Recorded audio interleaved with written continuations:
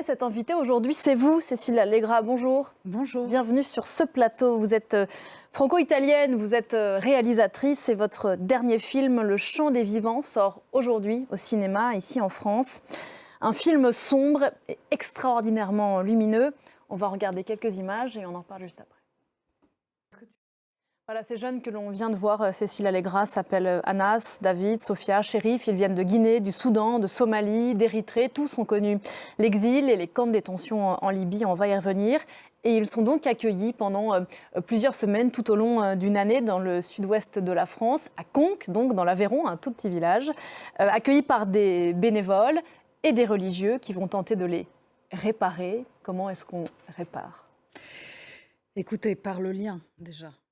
L'art thérapeutique, et on le voit notamment dans cet exercice, c'est notamment réapprendre à être avec son corps, quoi, à faire la paix avec son corps. À faire la paix avec son corps, à rétablir le lien corps-psyché, puisque quand vous êtes torturé, vous savez que la première chose que vous faites, c'est que vous dissociez. Donc une partie de votre cerveau accepte l'idée de la mort, et l'autre partie est désespérément occupée à survivre. Et du coup, quand vous vous retrouvez, quand vous avez survécu, quand vous vous retrouvez en France, eh bien celle qui a accepté l'idée de la mort, elle est quand même toujours là, et elle risque de reprendre le dessus. Limbo, c'est le nom de l'association que vous avez créée. On va en reparler dans un instant. Pour revenir à ces séjours thérapeutiques, si on peut appeler ça comme ça, à Conques. Donc, ça fait plusieurs années que vous les organisez. Mais pour ce film-ci, vous avez embarqué avec vous un musicien génial qu'on vient de voir à l'image, qui s'appelle Mathias Duplessis, et qui met des mélodies sur ce que vous aidez, sur les mots que vous aidez à trouver. Et c'est merveilleux, pour parler d'exil notamment, et ça donne ça. Il s'appelle Bailo, il a 20 ans, il est de Guinée et donc il parle, c'est l'un de leurs points communs, ils sont quasiment tous passés par les camps de détention en Libye. Le mot de torture, le mot qui revient le plus souvent pour parler de la Libye, c'est l'enfer. Oui, ben oui, justement. Non, pas de problème. Mais ce que dit aussi cette chanson, d'ailleurs, ce sont des mots qu'on n'a pas envie d'entendre. Oui. Quoi. Si ce film existe, vous l'avez évoqué tout à l'heure, c'est qu'il y a cette association, donc Limbo, dont l'objet est d'aider ces exilés et non pas ces migrants à revenir à la vie après avoir vécu l'enfer. Et si Limbo existe, c'est parce que vous, Cécile Allegra, vous avez tourné un film qui s'appelle Voyage en Barbarie. C'était il y a une dizaine d'années. Est-ce que vous pouvez nous raconter, pour rembobiner l'histoire, comment vous en êtes arrivé là ?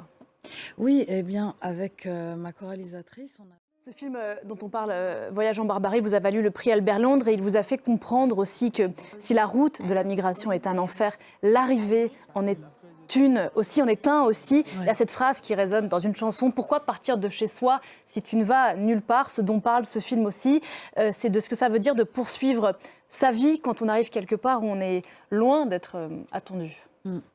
Tout à fait. Eh ben, pour eux, je disais en introduction qu'il s'agissait d'un film sombre et extraordinairement lumineux, ce qui peut paraître contradictoire. Sombre, on vient de le dire, parce que le parcours de ces jeunes, bien sûr, l'est, parce que ce que l'homme peut faire à l'homme.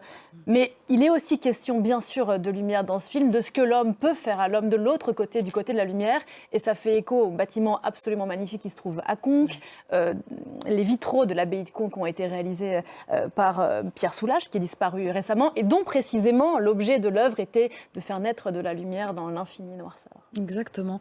Oui, en fait, que vous croyez ou pas, parce que moi je suis mécréante, tout à fait, je suis absolument athée, peu importe, c'est un lieu qui est chargé d'une mémoire historique, si vous voulez.